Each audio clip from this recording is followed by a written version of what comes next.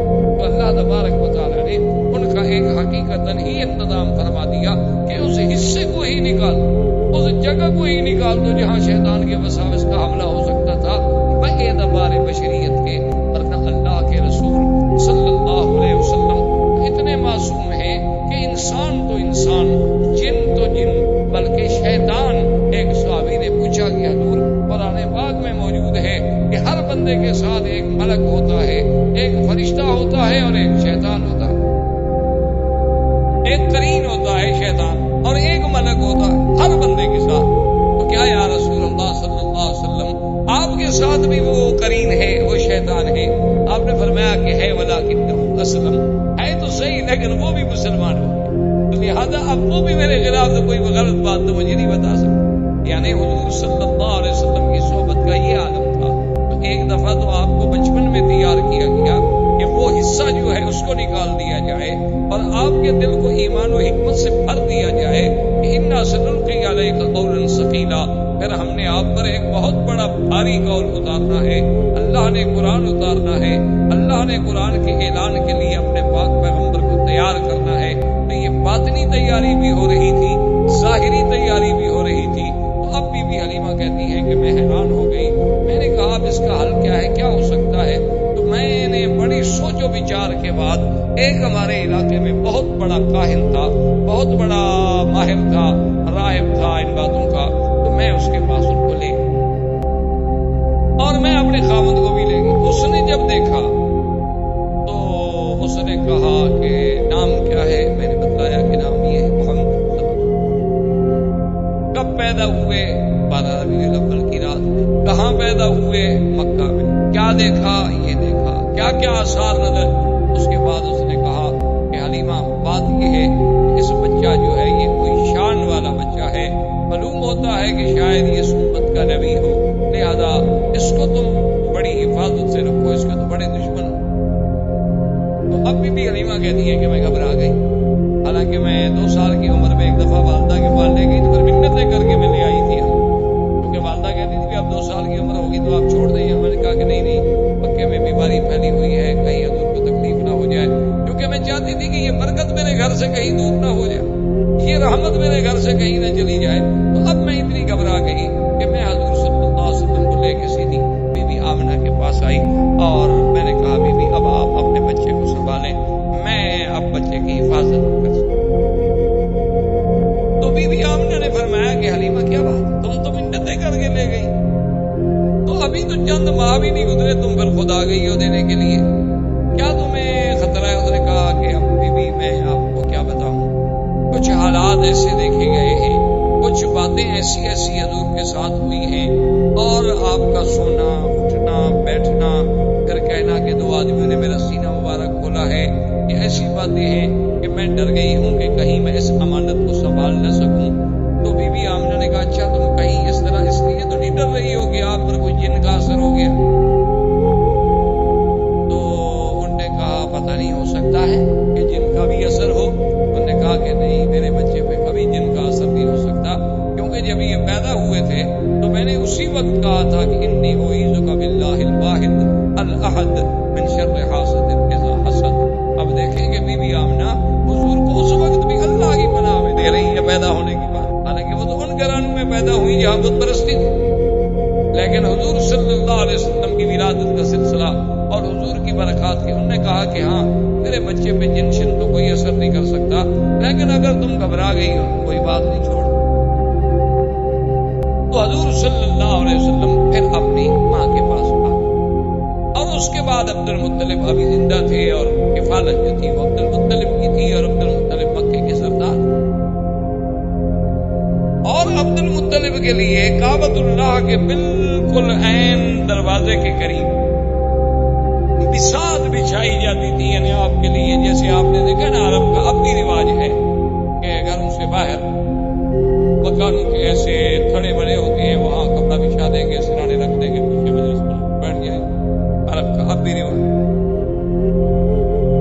عبد المطلب کے لیے جو مجلس بنتی تھی وہ بالکل عین کعبۃ اللہ کی دیوار کے ساتھ اور کعبۃ اللہ کے دروازے کے قریب، وہاں آپ کے لیے مخملی کپڑے بچھائے جاتے، سرانے لگائے جاتے، گدے لگائے جاتے، کیونکہ سردار مکہ تو اس وقت عبد المطلب، سردار مکے میں ان کی سرداری تھی۔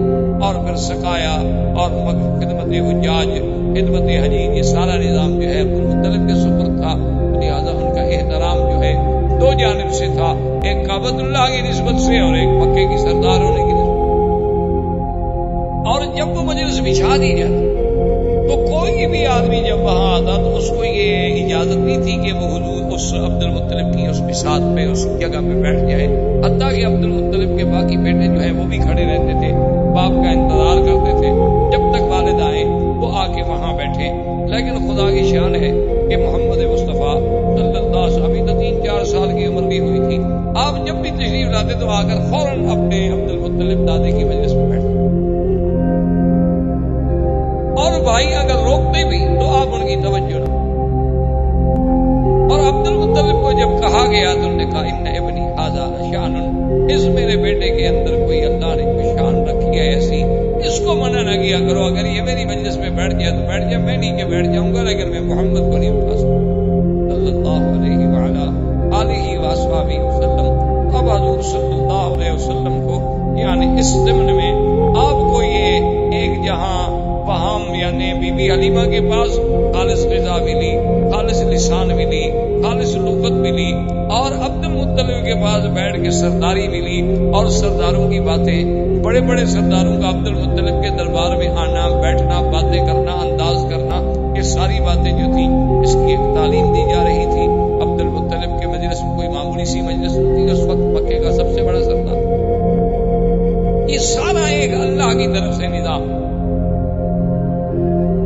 اور عبد المطلب کا عالم یہ تھا کہ سردار ہونے کے باوجود پیسہ نہیں ہوتا تھا، کیونکہ جب پیسہ آتا تو سخاوت سے خرچ ہو جاتا، آج اس پہ خرچ ہو رہا ہے، زمزم میں شاد ملا کے پلایا جا رہا ہے، زمزم نہیں تو باہر سے پانی لا کے پلایا جا رہا ہے، شرید کھلائی جا رہی ہے، روٹی کھلائی جا رہی ہے، حاجیوں کی خدمت کی جا رہی ہے، تو اتنا پیسہ کہاں سے ملے گا سردار؟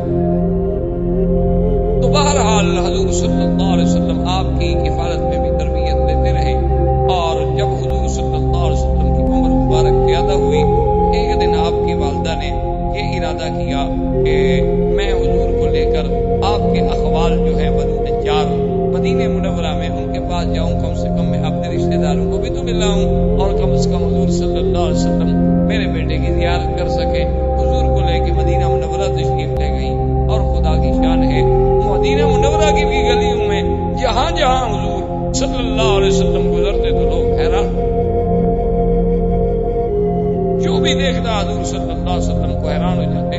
اسی سے شہرت اٹھی، اور شورا میں کچھ یہودی لوگ آئے، کچھ راہب آئے، انہوں نے آ کے حضور صلی اللہ علیہ وسلم کو دیکھا تو انہوں نے لوگوں سے کہا کہ نبی ھذہ الامہ، یہ اس امت کا نبی پیدا ہو گیا ہے، اور ایسی باتیں کرنے لگے کہ بی بی آمنہ کو اندیشہ ہو گیا کہ کہیں یہ حضور کو نقصان نہ پہنچا دے، تو بی بی صاحبہ ان کو لے کر واپسی کا انہوں نے جلدی سے سفر اختیار کیا۔ ابھی راستے میں مقام ابوا پہ تھی کہ بی بی آمنہ فوت ہو، والد پہلے فوت ہو چکے۔ بعض روایات تاریخ میں یہ بھی ہے کہ بی بی آمنہ کو یہاں جنت المعلیٰ میں دفن کیا، اور بعض روایات تاریخ میں یہ بھی ہے کہ ان کو دفن تو کیا گیا مقام ابوا میں۔ ابوا جو ہے مکے اور مدینے کے راستے میں ایک جگہ ہے، لیکن سڑک سے ہٹ کر ہے، اندر پہاڑیوں میں ایک جگہ ہے اور کچا راستہ ہے۔ اور بعض علماء یہ لکھتے ہیں مورخین کہ ابوا میں دفن کیا گیا، وہاں سیل آئی یعنی پانی آیا بارشوں کا، تو قبر جو تھی وہ کھل گئی، تو پھر ان کو لا کر یہاں منتقل کر دیا گیا، جنت المعلیٰ میں دفن کر دیا گیا۔ تو بعض لوگوں نے روایات کو یوں بھی جمع کیا ہے، بہرحال جمہور کی رائے یہ ہے کہ مقام ابوا میں دفن کیا گیا، کیونکہ ایک دفعہ حضور صلی اللہ علیہ وسلم، ایک حدیث مبارک میں یہ بات موجود ہے کہ حضور نے فرمایا کہ میں نے اللہ سے بخشش کی دعا مانگی تھی، اس کی تو اجازت نہیں ملی، البتہ مجھے ماں کی قبر پہ جانے کی اجازت ملی. تو حضور صلی اللہ علیہ وسلم اس قبر پہ تشریف لے گئے. تو لہذا اگر وہ جنت المعلیٰ میں منتقل ہو جاتی تو پھر وہاں حضور صلی اللہ علیہ وسلم کو جانے کی ضرورت نہیں. اب حضور صلی اللہ علیہ وسلم واپس مکے میں آئے. اب خدا کی شان دیکھیں کہ باپ تو پہلے فوت ہو چکے تھے, ابھی آپ پیدا نہیں ہوئے. ابھی 6-7 سال کی عمر ہے تو ماں بھی فوت ہو, اور کچھ عرصہ گزرا عبد المطلب بھی فوت ہو گئے. اب آپ کی کفالت جو ہے وہ ابو طالب کے پاس چلی. خدا کا نظام ایسا, اللہ نہیں چاہتے تھے کہ میرے بدنی پہ کسی کا سایہ نہ. اسی لیے بعض علماء لکھتے ہیں نا کہ اللہ نے حضور کو بغیر بے سایہ پیدا کیا. وہ سمجھتے ہیں کہ شاید دوسرا سایہ بھی نہیں تھا. یہ مانا نہیں. مانا یہ ہے کہ جیسے باپ کا ایک سایہ ہوتا ہے, ماں کا ایک سایہ ہوتا ہے, دادے کا ایک سایہ ہوتا ہے, کفالت کرنے والوں کا ایک سایہ ہوتا ہے, اللہ نے ان سب چیزوں سے حضور کو مستثنا کر دیا. اللہ نے فرما دیا میرا بدنی ہم آپ کی خود حفاظت کریں. الم یجدک یتیما فآوی ووجدک ضالا فہدی. اللہ نے فرمایا کیا ہم نے آپ کو یتیم نہیں پایا, پھر ہم نے آپ کو خود ٹھکانا. تو اس در بھی اچھا, اگر فرض محال ایک شاگرد قابل ہو تو لوگ کہتے ہیں جی اس کا استاذ بڑا قابل, تو اس کی لیاقت و صلاحیت استاد کی طرف جاتی ہے, اولاد کی باپ کی طرف جاتی ہے. انہوں نے فرمایا ہم اپنے نبی کی تربیت ہی خود کریں گے. جیسے انہوں نے فرمایا ادبنی ربی فاحسن تادیبی, مجھے تو ادب بھی میرے رب نے سکھایا, میرے اللہ نے میرے ادب کا انتظام کیا. یعنی آپ حیران ہوں گے کہ مکے میں طواف اریاں کرنا, مکے میں کسی کا اریاں ایک دوسرے کے سامنے غسل کرنا, یہ چیزیں عیب ہی نہیں سمجھی جاتی. یعنی یہ چیزیں عیب بھی نہیں سمجھی جاتی تھی بالکل, بلکہ یہ مردانگی کی ایک علامت. ایک دفعہ حضور صلی اللہ علیہ وسلم ایک چاچے کی امداد کے لیے, بعض روایات میں ہے کہ زمزم کی کھدائی میں, اور ایک روایت میں ہے کہ کعبۃ اللہ کی تعمیر جب قریش کر رہے تھے تو حضور پتھر اٹھا رہے تھے. تو آپ کے چچا نے کہا کہ یا محمد صلی اللہ علیہ وسلم آپ کندھوں پہ پتھر رکھتے ہیں, آپ کو تکلیف ہوتی ہوگی, تو آپ چادر مبارک نکال لیں اور کندھے پہ رکھ دیں تاکہ آپ کو پتھر اٹھانے میں تکلیف نہ ہو. تو ابھی حضور پاک نے چادر مبارک کھولی تو فوراً آپ بے ہوش ہو گئے. حضور صلی اللہ علیہ وسلم پہ بے ہوشی طاری ہو گئی, اور اس کے بعد جب ہوش آیا تو آواز آئی کہ آپ اپنے آپ کو کبھی بغیر کپڑوں کا نہیں رکھ سکتے. تو اللہ پاک نے انتظام کر دیا کہ ساری دنیا اوریاں ہو سکتی ہے, لیکن میرا بدنی محمد مصطفیٰ اوریاں نہیں ہو سکتا. یہ اوریانی تو شرف کے خلاف چیز ہے. اس کے لیے اللہ کے نبی کی شان تو ایسی نہیں, اور دنیا چاہے کچھ. اچھا, بعض لوگوں نے یہ بھی لکھا ہے کہ مکے والوں نے دراصل یہ ایک اپنی کمائی کے لیے بھی ایک ذریعہ بنایا تھا کہ انہوں نے ایک اعلان کر دیا تھا کہ اللہ کے گھر کا کوئی آدمی طواف اپنے کپڑوں میں نہیں کر سکتا, یا تو وہ ہمس سے کپڑے لے. اپنے آپ کو کہتے تھے ہمس, کہ ہم جو ہے مجاورین کعبہ ہے, تو یا تو ہم سے کپڑے لیں اور وہ کپڑے پہن کے طواف کریں. بس صورت دیگر اپنے کپڑوں میں طواف نہیں کر سکتے, پھر بغیر کپڑوں کے طواف کریں. تو جو لوگ آتے تو وہ ان سے پیسے, ان سے کپڑے لیتے. تو صاف بات ہے کہ پھر نظر نیاز چڑھاوا تو دینا ہے مجاوروں کو, تو اس کے بعد ان کے پیسے بن جاتے, چاندی بن جاتی. اور جن غریبوں کے پاس پیسے نہ ہوتے وہ کعبۃ اللہ کا اریاں طواف کرتے, چاہے مرد ہوتے چاہے عورتیں ہوتے. اور یہ اریاں طواف اس وقت تک ہوتا رہا. حضور کا نبوت مل گئی, اعلان نبوت ہو گیا, حضور کی مکی زندگی, حضور صلی اللہ علیہ وسلم مدینہ منورہ میں تشریف لے گئے 9 ہجری تک. یعنی 9 ہجری تک اللہ تبارک و تعالیٰ کے گھر کا طواف جو ہے وہ بغیر لباس کے اریاں ہوتا رہا. تو 9 ہجری میں حضور صلی اللہ علیہ وسلم نے سیدنا علی ابن ابی طالب رضی اللہ تعالیٰ عنہ کو بھیجا. انہوں نے آ کے اعلان کیا کہ اللہ یطوف بالبیت عریان, خبردار آج کے بعد کوئی اللہ کے گھر کا طواف جو ہے عریاں نہیں کر سکتا, اور خبردار کہ آج کے بعد کوئی مشرک اللہ کے کعبے میں داخل نہیں ہو.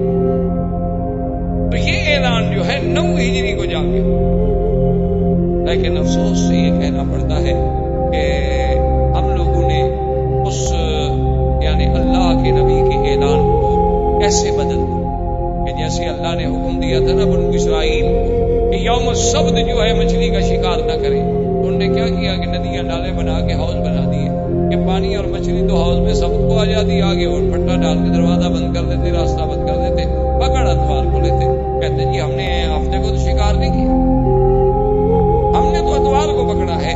تو آج کل کے مسلمانوں نے بھی نعوذ باللہ ثم نعوذ باللہ اللہ کے نبی کے اس حکم کو ایسا بدلا کہ لباس تو پہن لیا لیکن وہ عریانی سے بھی زیادہ برا، اتنا باریک لباس، اتنا باریک کپڑا، یعنی آپ حیران ہوں گے اب یہ جس سے اب یہ مترا پہنتے ہیں، اس سے اگر عبایا اور پردہ بنایا جائے تو اسے آپ پردہ کہیں گے خدا کے لیے، اسے آپ برقع کہیں، یعنی یہ تو مزید اپنے حسن کو نکھارنے کا ذریعہ ہے کہ کسی کو اگر کالا رنگ سوٹ کرتا ہے وہ کالے رنگ کا برقع بنا لے گی، کسی کو سفید رنگ سوٹ کرتا ہے، سرخ رنگ سوٹ کرتا ہے، سبز رنگ سوٹ کرتا ہے، جو اس کا میچنگ کلر ہے اس کے مطابق وہ اپنے برقعے بنائے گی، اسی کے مطابق اپنی وہ چہرے پہ ڈالنے والی جھلیاں بنائے گی، اور اسی طرح پھر آنکھوں کے سوراخ رکھے جائیں گے، پھر ناک کو ظاہر کیا جائے گا، یعنی حسن کو اجاگر کرنے کا بہانہ ہے، یہ پردہ نہیں ہے، اس کو کوئی پردہ نہیں کہہ سکتا۔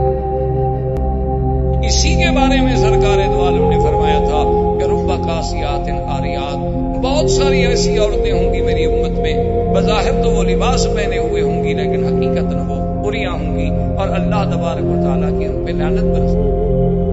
اسی لیے علماء نے لکھا ہے کہ بعض اوقات ایک آدمی موٹا کپڑا پہنتا ہے، جیسے آپ نے دیکھا جین کے پینٹ پہنی جاتی، لیکن اگر وہ موٹے کپڑے کا سلائی اتنی ٹائٹ ہے کہ ہر عضو نظر آ رہا ہے تو وہ بھی عریاں کے حکم میں، یعنی وہ بھی اسی حکم میں آئے گا کہ جیسے اس نے لباس پہنا ہوا نہ ہو، کہ ہر عضو اس کے وجود کا ایک ایک حصہ، اس کی یعنی وجود کی سٹائل، اس کے سینہ، اس کے ابار، ہر چیز الگ الگ اگر نظر آ رہی ہے، کپڑا چاہے موٹا ہو تو وہ بھی عریاں کے حکم میں ہوگا کہ رب قاسیات عاریات، کہ بہت ساری عورتیں ایسی ہوں گی کہ جنہوں نے بظاہر تو لباس پہنے ہوئے ہوں گے، یا ایسی جرابیں پہن لینی جو اس کے رنگ سے ملتی ہوں، پتہ ہی نہ لگ سکے کہ اس کے بدن کا رنگ ہے یا ایک باریک سی جراب چڑھی ہوئی ہے اس کے اوپر، ایک ایسا برقع پہنا کہ برقعے سے اور قمیض کے اندر سے جو بنیاد کا کلر ہے وہ بھی نظر آ رہا ہو، تو ایسے کپڑے کو آپ کیا کہہ سکتے ہیں کہ یہ کپڑا ساتر ہے،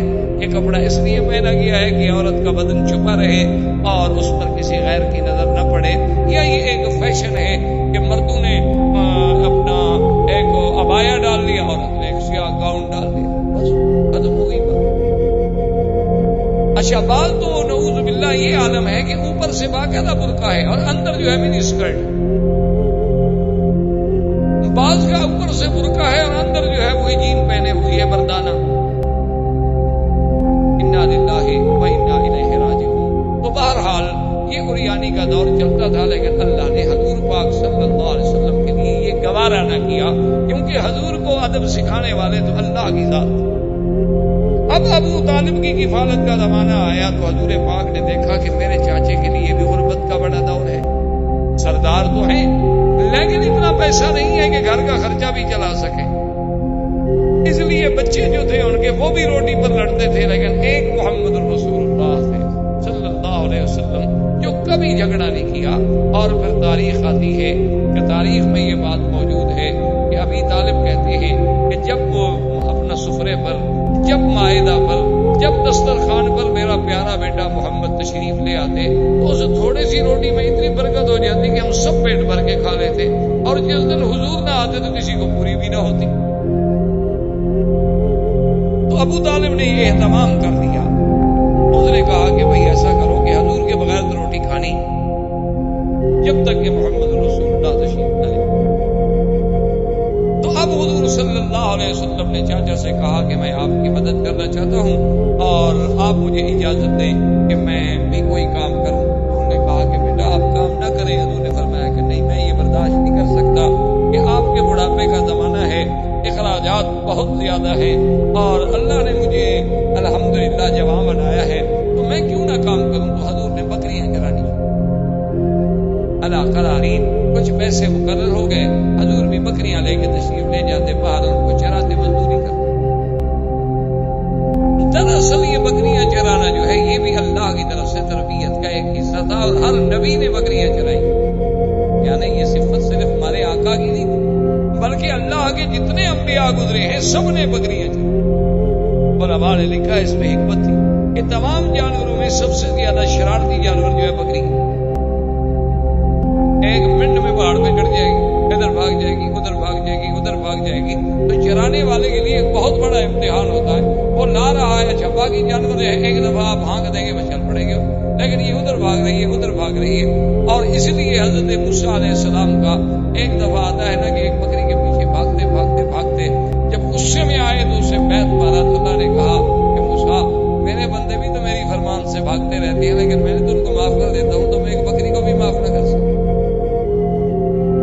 دیکھو میرے بندے بھی تو روزانہ میرے حکم سے کہاں بھاگتے ہیں. میں ادھر کہتا ہوں ادھر جاتے ہیں، میں مسجد کا کہتا ہوں ادھر چلے جاتے ہیں، میں قرآن کا کہتا ہوں وہ بائبل کی طرف جاتے ہیں، میں نماز کا کہتا ہوں تو وہ فلم دیکھنے چلے جاتے ہیں. لیکن پھر بھی میں نے ان کو کبھی ایسا تو نہیں مارا، کیونکہ اگر اللہ ہمارے جرم پہ ہمیں مارنے پہ آ جائے تو پھر تو ہم زمین پہ چل ہی نہیں. یہ تو قرآن کا فیصلہ ہے. وَلَوْ يُؤَاخِذُ اللَّهُ النَّاسَ بِمَا كَسَبُوا مَا تَرَكَ عَلَىٰ ظَهْرِهَا مِن دَابَّةٍ. اللہ نے فرمایا کہ اگر ہم بندوں کو ان کے گناہوں پہ پکڑ لیں تو پھر اس زمین پہ کوئی چیز آپ کو چلتی ہوئی نظر نہ آئے. یہ تو اللہ کا کرم ہے کہ ہمارے لاکھوں گناہ معاف ہوتے ہیں، کسی ایک آدھے پہ تھوڑی بہت تنبیہ ہو جاتی ہے کہ ہماری اصلاح ہو. تو اس لیے بکریاں چرانے میں یہ بھی تربیت تھی کہ اچھا پھر بکریوں میں آپ نے دیکھا نا کئی قسمیں ہوتی ہیں، کوئی کالی ہے کوئی پیلی ہے، تو امت میں بھی تو کئی رنگ ہوں گے. بکریوں میں آپ نے دیکھا ہے کئی بار آہستہ چلنے والی، کوئی تیز چلنے والی، کوئی دوڑنے والی، کوئی چھوٹے قد والی، کوئی بڑے قد والی، کوئی زیادہ دودھ والی، کوئی کم دودھ والی. تو امت میں بھی تو ایسے اختلاف ہوتے ہیں. اللہ اپنے نبیوں سے امت کی تربیت کا کام لینا ہوتا ہے تو ان کو پہلے ایسے کام میں ڈالتے ہیں کہ انہیں تربیت کا انداز آ جائے.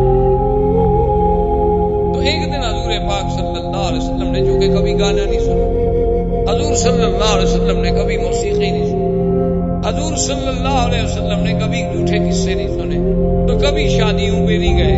ایک دن قریش کی بڑی شادی تھی تو حضور نے اپنے ساتھی سے جو بکریاں چرانے میں شریک تھا اس سے کہا کہ بھائی اگر تم کل میری بکریاں سنبھال لو تو میں چاہتا ہوں کہ میں کم از کم یہ تو دیکھوں کہ مکے والوں کی شادی کا کیا طریقہ ہے، شادی میں کیا ہوتا ہے، کیسے خوشیاں منائی جاتی ہیں، کیسے قصاص آتے ہیں، کیسے وہ قصے کرنے والے لوگ آتے ہیں، تو کم سے کم میں بھی کوئی شرکت کر سکوں. اس نے کہا ٹھیک ہے کل آپ کی بکریاں میں چرا لوں گا، کیونکہ رات کو تو جاگنا ہوتا ہے، رات جاگیں گے تو صبح تو سو جائیں گے، لازمی بات ہے.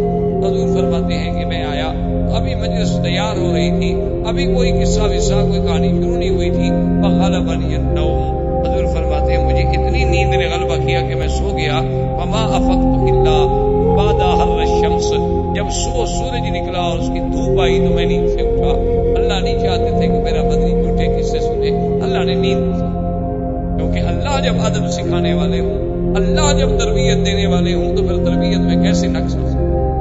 حضور پاک نے پھر دوسری رات پھر انتظام کیا کہ بھئی پچھلی رات اتفاق ہے شاید نیند آ گئی، آج رات تو میں بالکل نہیں سوں گا، آج حضور تیار ہو کے آئے. لیکن کہتے ہیں فغلبنی النوم، خدا کی شان ہے کہ نیند نے مجھے زبردست دبوچ لیا اور میں سو گیا. اور سب کچھ ہوتا رہا، گانے ہوتے رہے، آوازیں ہوتی رہی، باجے بجتے رہے، لیکن ایسی نیند اللہ نے غالب کر دی کہ نیند اس وقت پوری مجلس اجڑ گئی، لوگ بھاگ گئے، سورج نکل آیا. حضور صلی اللہ علیہ وسلم دھوپ سے اٹھے، دیکھا تو کچھ نہیں، تو واپس آئے. اس بھائی نے پوچھا کہ ماذا رأیت تھا، آپ نے کیا دیکھا؟ انہوں نے کہا میں تو کچھ نہیں دیکھا، یہ تو دونوں راتوں نیند آ گئی. اصل میں اشارہ اس طرف تھا کہ محمد عربی صلی اللہ علیہ وسلم جس چیز کو تیرے دین میں ہم نے حرام کرنا ہے اس کو تیرے قانون میں ہم کیسے جانیں. اللہ تبارک و تعالی اپنے نبی کی تربیت کا ابتدا سے ہی انتظام. ابو طالب نے اب ارادہ کیا کہ میں تجارت کا سفر کروں، کیونکہ مکے والوں کے سفر ہوتے تھے تجارت. صلی اللہ علیہ وسلم کو جب پتہ چلا تو آتا ہے فأخذ بثوب عمه، حضور نے آ کر بھی اپنے چاچا کا کپڑا پکڑ لیا. جیسے کہتے ہیں نا جیسے بچہ ضد کرے تو ماں باپ کے قمیص کو پکڑ لیتا ہے کہ میں نہیں چھوڑوں گا جی، بس میں نہیں چھوڑوں گا، کیونکہ اس بیچارے کو کہاں جگہ ملے پناہ کی. تو حضور صلی اللہ علیہ وسلم اخذ بثوب عمه، اپنے چاچے کے کپڑے کو پکڑ لیا. کہنے لگے کہ مجھے بھی آپ ساتھ لے جائیں. انہوں نے کہا اب سفر ہے، شام تک جانا ہے، اتنا طویل سفر ہے. ان کو کہا میں تو آپ کی وجہ سے آپ کو نہیں لے جا رہا کہ آپ کو تکلیف ہوگی. انہوں نے کہا میں نہیں چاہتا کہ آپ اکیلے جائیں، میں ضرور. ابو طالب بھی راضی ہو کر چلے. جب جب ابو طالب آپ کو قافلے میں لے کے چلے اور قافلہ تو شام یعنی شام کے قریب پہنچا جہاں سے شام کی ابتدا شروع ہو جاتی ہے، یعنی نشانیاں علامات امارات شروع ہو جاتی ہیں، تو وہاں ایک دیر کہتے ہیں سومیا، اسے آپ کہہ لیں مندر یا عیسائیوں کا گرجا، یہ سبا میں ہوتے ہیں. آپ نے دیکھے ہر ملک میں اب تو ہر جگہ ہے. عیسائیوں کے مثلاً ہندوؤں کے مندر کہلاتے ہیں، عیسائیوں کے کلیسا یا گرجا کہلاتے ہیں. اللہ کی شان ہے. ویسے اردو میں نام اس کا بڑا عجیب ہے، گرجا، یعنی آپ اس کو ذرا آرام سے پڑھیں نا، گرجا.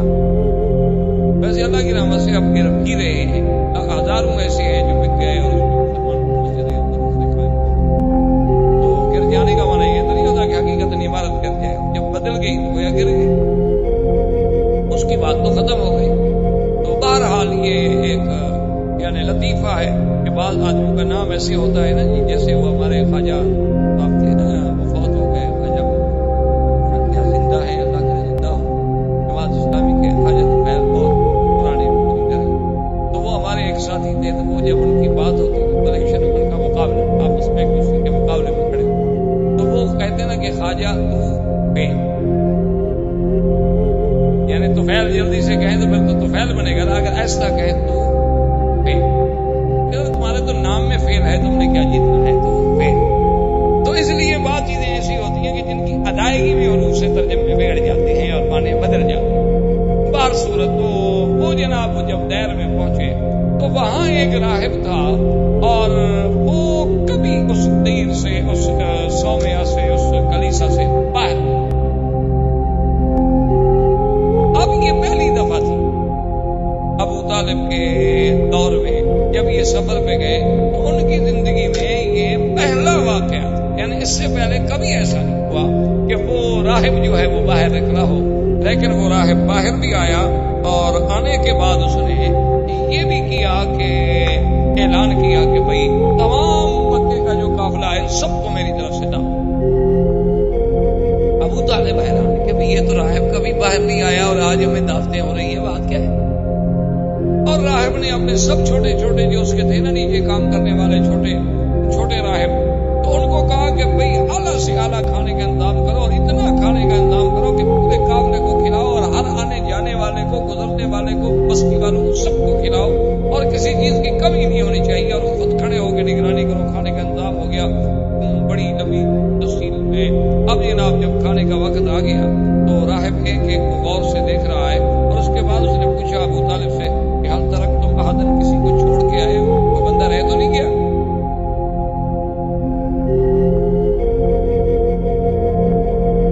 تو ابو طالب نے کہا کہ ایک بچہ رہ گیا، ہم چھوڑ آئے کہ ذرا سامان کے ساتھ رہے گا، نگرانی کرے گا.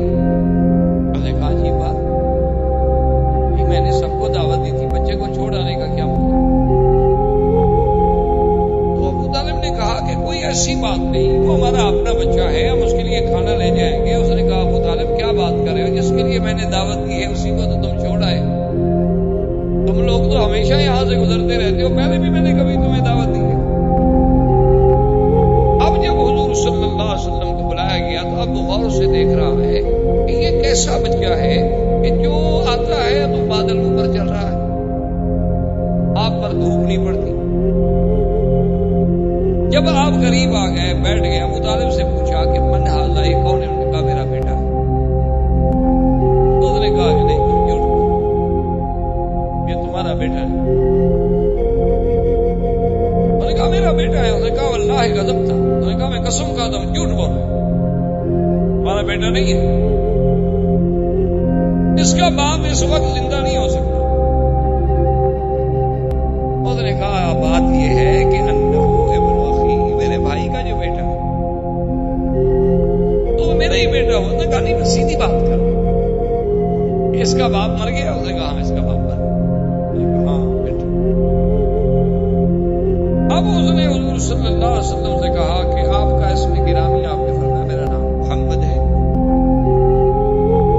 پر میں اقسم باللہ والعزیٰ، میں تمہیں لات و عزیٰ کی قسم دیتا ہوں. حالانکہ وہ نصرانی تھے، وہ نہیں لات و عزیٰ کو مانتے، لیکن مکے والے جو کہ مانتے تھے نا لات و عزیٰ کو. اس لیے قاعدہ ہوتا ہے نا کہ جو آدمی جس کو مانتا وہ آدمی کہتے ہیں یار چلو تمہیں اس کی قسم.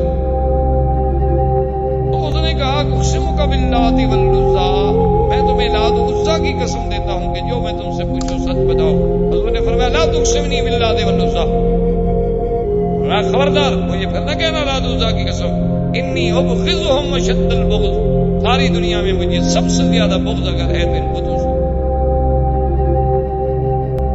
اب ابو طالب بھی حیران ہے اور راہب بھی حیران ہے کہ اتنے جوش سے، اور ابھی تو حضور صلی اللہ علیہ وسلم کی ابتدائی عمر مبارک۔ تو اس نے کہا کہ اچھا محمد صلی اللہ علیہ وسلم ناراض، انی اقسمک باللہ، میں تمہیں اللہ کی قسم۔ آپ نے فرمایا فصل، اگر تم اللہ کی قسم دیتے تو پوچھو کیا پوچھو۔ اس نے کہا مجھے یہ بتاؤ تم نے کبھی خواب دیکھے؟ حضور نے فرمایا دیکھے۔ ان خوابوں میں تم نے کیا کیا دیکھا؟ حضور صلی اللہ علیہ وسلم نے کچھ باتیں بتلا۔ اس نے کہا حضور صلی اللہ علیہ وسلم سے کہ تم نے اپنے دوران رضاعت کے جو کچھ عرصہ مکمل کیا اس کے بعد بھی کوئی واقعہ پیش آیا؟ تو آپ نے فرمایا ہاں ایسے آیا تھا کہ میرا سینہ مبارک کھلا گیا۔ کیا ہے وہ واقعہ؟ تو اس نے کہا کہ یا محمد ہے تو بڑی گستاخ، لیکن میں مجبور ہوں، اگر تم مجھے اجازت دو تو میں تمہاری پشت دیکھ سکتا ہوں۔ تو آپ نے فرمایا کوئی بات نہیں، جب تم نے مجھ سے اللہ کے نام پر کہا ہے تو دیکھو۔ جب آیا تو پھر دیکھا کہ بین کتفیہ، دو کندھوں کے درمیان میں ایک جگہ جو تھا نا جی ایسے یعنی گوشت کا حصہ مبارک تھا، جیسے ایک بہت مبارک اس کا، اور اس کے اوپر بھی بال، اس ٹکڑے پر، اس گوشت کے اس ٹکڑے پر بھی بال مبارک تھے۔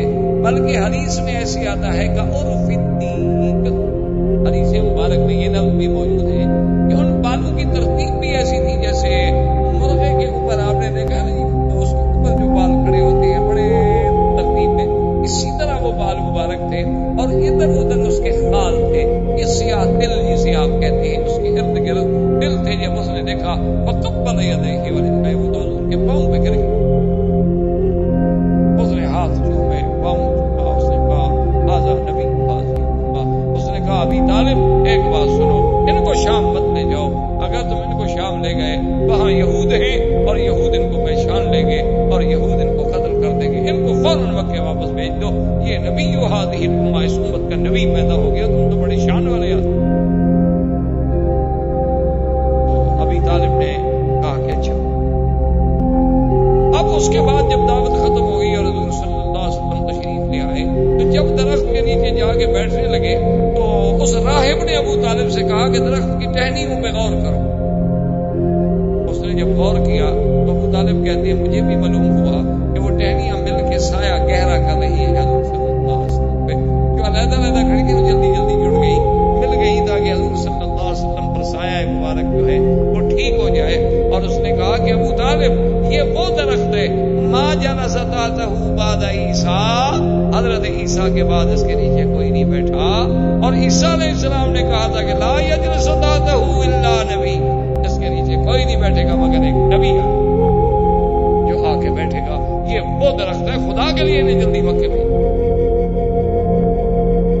ابو طالب راضی ہو گئے، انہوں نے حضور صلی اللہ علیہ وسلم کو جلدی سے مکے میں، لیکن اپنا سفر جو ہے وہ برقرار رکھا کہ بھی آخر میں اتنا سفر کر کے آ چکا ہوں، شام کے قریب پہنچ چکا ہوں، اور اتنی اسباب ہم لے کے آئے ہیں تو ان کو بغیر بیچے ہوئے، بغیر کچھ کیے ہوئے ہم کیسے چھوڑ کے چلے جائیں؟ تو وہ تو چلا گیا ہے شام ابو طالب، لیکن حضور صلی اللہ علیہ وسلم واپس تشریف لے آئے مکے میں۔ مکے میں آنے کے بعد پھر حضور صلی اللہ علیہ وسلم ابو طالب کی کفالت میں رہے، پھر اس کے علاوہ کئی مبشرات آتے رہے۔ اسی اسنا میں آہستہ آہستہ اب ابو طالب کی بھی موت آ گئی، حضور کی ابو طالب ابھی زندہ تھے اور حضور کی عمر اس وقت تقریباً 25 سال کی ہو گئی کہ بی بی خدیجہ الکبریٰ رضی اللہ تعالی عنہا، جو مکے کی ایک سب سے بڑی شریف نسب سے اور بہت بڑی خاندان کی عورت تھی اور بڑی تاجر اور مالدار عورت تھی، حتیٰ کہ تاریخ یہ کہتی ہے کہ تمام قریش کا اگر سرمایہ اکٹھا کیا جائے تو بی بی خدیجہ کا اکیلا ان سے زیادہ۔ اب چونکہ بی بی خدیجہ ایک خاتون تھی، وہ خود تو سفر نہیں کرتی تھی، وہ لوگوں کو اپنا مال دے کے کبھی تو تنخواہ پہ ملازم رکھ کے بھیج، کبھی ان سے حصہ مقرر کر دیتی، کبھی ان سے کچھ نسبت طے کر لیتی، مال دیتی۔ انہیں جب پتہ چلا کہ یہاں ایک ذات پاک ہے جن کا نام محمد ہے اور شعرا ہے محمد ابن عبداللہ کا، آپ کی صداقت کا، آپ کی شرافت کا، آپ کی سیرت کا، آپ کے کردار کا، تو انہوں نے پیغام بھیجا کہ حضور آپ میرے مال سے کیوں تجارت نہیں کرتے؟ حضور صلی اللہ علیہ وسلم راضی ہو گئے۔ تو بی بی خدیجہ نے اپنا ایک غلام تھا میسرہ، ان کا ایک عبد تھا، خریدا ہوا غلام تھا، وہ بھی حضور کے ساتھ بھیجا اور میسرہ کو بھی مال دیا، حضور پاک کو بھی مال دیا، اور میسرہ کی ذمہ داری لگائی کہ تم نے حفاظت بھی کرنی ہے اور ساتھ بھی رہنا۔ اب حضور صلی اللہ علیہ وسلم مال لے کے شام کی طرف چل پڑے۔ میسرہ کہتا ہے کہ واللہ خدا کی قسم ہے میں نے ایسا خلق تو کبھی نہیں دیکھا تھا قریش۔ وہ تو ہم غلاموں کو غلام سمجھتے تھے کہ دور بیٹھو کام کرو، لیکن محمد مصطفیٰ کھانا میرے ساتھ کھا رہے ہیں، پانی میرے ساتھ پی رہے ہیں، اور مجھ سے ایسی باتیں کر رہے ہیں جیسے میں بالکل آپ کا کوئی ایک عزیز ہوں۔ اتنی کرم، اتنی محبت، اتنا۔ اور پھر حضور شام آئے، مال بیچا۔ پھر مال بیچنے کے بعد میسرہ سے کہا کہ پیسے لے کے جو ہم واپس جائیں کیوں جائیں، یہاں سے مال خرید لو، مکے میں بیچ دیں۔ تو وہ مال خرید کر کے مکے میں لے آئے اور مکے میں آ کے وہ مال بیچا۔ اب سب پارٹیاں جو تھیں ان نے تو ایک دفعہ نفع کمایا، حضور نے 2 دفعہ نفع کمایا، یعنی جب تجارت دی گئی تو اس میں بھی آپ سب سے آگے نکل گئے، کوئی مکے کا تاجر بھی مقابلہ نہ کر سکا۔ بی بی خدیجہ کو جب پتہ چلا کہ ایک آدمی نے کبھی تجارت کی اور وہ اتنی جلدی کیسے اس مقام پہ پہنچ گیا کہ سب تجارت کے تجربہ کار جو تھے وہ پیچھے رہ گئے، اس نے میسرہ کو بلایا، اس نے کہا میسرہ یہ کیسی؟ اس نے کہا بیوی کیا پوچھتی ہے، یہ تو کوئی شان والا آدمی ہے، راستے میں ہم گئے تو راہب نے یہ کہا میں نے تو ان کو کبھی نہیں دیکھا کہ دھوپ میں جائیں اور اوپر بادل سایہ نہ کرے، میں نے تو کبھی نہیں دیکھا کہ اگر 20 آدمی بیٹھے ہیں، حضور ایسی جگہ بیٹھے ہیں جہاں درخت کا سایہ نہیں ہوتا ہے، اسی طرف چلا جاتا ہے جس طرف یہ بیٹھے ہوں، میں نے تو یہ دیکھا اور میں نے یہ دیکھا اور میں نے یہ دیکھا۔ بی بی خدیجہ تو حیران ہو۔ اب بی بی خدیجہ کے دل میں ایک تڑپ پیدا ہوئی کہ کہیں ایسا کیوں نہ ہو جائے کہ میں شادی کروں۔ حالانکہ اب بدلا بی بی خدیجہ کو شادی کرنے کا کوئی ایسا خواہش نہیں تھی، بڑے بڑے سرداروں نے کہا تھا بی بی نہیں مانی، لیکن اب ان کے دل میں ایک تمنا پیدا ہو۔ اسی لیے علماء نے لکھا ہے کہ مرد تو بڑے دانا اللہ پیدا کرتے ہیں، بہت دانا پیدا ہوتے ہیں اور ہوتے رہیں گے انشاءاللہ، لیکن عورتوں میں بہت قلیل دانا پیدا ہوئے۔ انہوں نے کہا ایک ان میں خدیجہ تھی اور جس نے حضور صلی اللہ علیہ وسلم کو پہچانا، اور ایک ان میں بی بی تھی حضرت شعیب کی بیٹی کہ جس نے موسیٰ علیہ السلام کو دیکھ کے پہچانا۔ اللہ نے ان لڑکی کو ایسی ذکاوت دی تھی، ایسا فہم دیا تھا، ایسا مقام دیا تھا کہ اس نے بھی موسیٰ علیہ السلام کو دیکھا تو وہ داڑ گئی کہ یہ نبی ہے، یہ کوئی عام بندہ نہیں، اور بی بی خدیجہ بھی پہچان گئی۔ تو ایسے تاریخ میں لوگ جو ہے بہت کم پیدا ہوئے، جیسے بی بی آسیہ تھی، جیسے بی بی مریم تھی، جیسے اخت موسیٰ علیہ السلام تھی۔ تو یہ اس قسم کی ذہین عورتیں بھی تاریخ میں بہت کم پیدا ہوئی، ان میں ایک سیدہ خدیجہ رضی اللہ تعالیٰ۔ تو بی بی خدیجہ رضی اللہ تعالیٰ عنہا نے ایک عورت تھی، اس کا نام تھا نفیسہ، اس کو بھیجا کہ بھئی تم جا کر ایسے حالات پیدا کرو کہ اللہ کے نبی محمد مصطفیٰ میرے ساتھ شادی کر لیں۔ جیسے لوگ ہوتے ہیں نا جی، عورتیں جاتی ہیں شادی کرانے کے لیے، پیغام لے کے جاتی ہیں، وہ نفیسہ اس قسم کی عورتوں میں سے تھی۔ تو وہ آئی حضور صلی اللہ علیہ وسلم کی خدمت میں اور آ کر اس نے عرض کیا کہ یا محمد ہل ترغب فی الزواج، کیا تم شادی کرنا چاہتے؟ جوان آدمی ہو ماشاءاللہ، اتنا اللہ نے تو نصیحت دی ہے، قوت دی ہے، شادی کیوں نہیں کرتے آپ؟ آپ نے فرمایا کہ نفیسہ شادی تو میں کرنا چاہتا ہوں، لیکن سوال یہ ہے کہ کس چیز سے شادی کروں؟ میرے پاس تو کوئی پیسہ نہیں، دولت نہیں، اور بغیر دولت کے پیسے کی شادی کیسے ہو؟ شادی کے لیے تو آخر پیسہ چاہیے، خرچ چاہیے، گھر چاہیے، میرے پاس تو کچھ نہیں، میں تو خود ابو طالب کی کفالت میں ہوں، چاچے کی کفالت میں ہوں، اور اگر میں کچھ کماتا ہوں تو اپنے چاچے کی مدد کر دیتا ہوں۔ اس نے کہا کہ حل ترغب بالمال والجمال والنسب،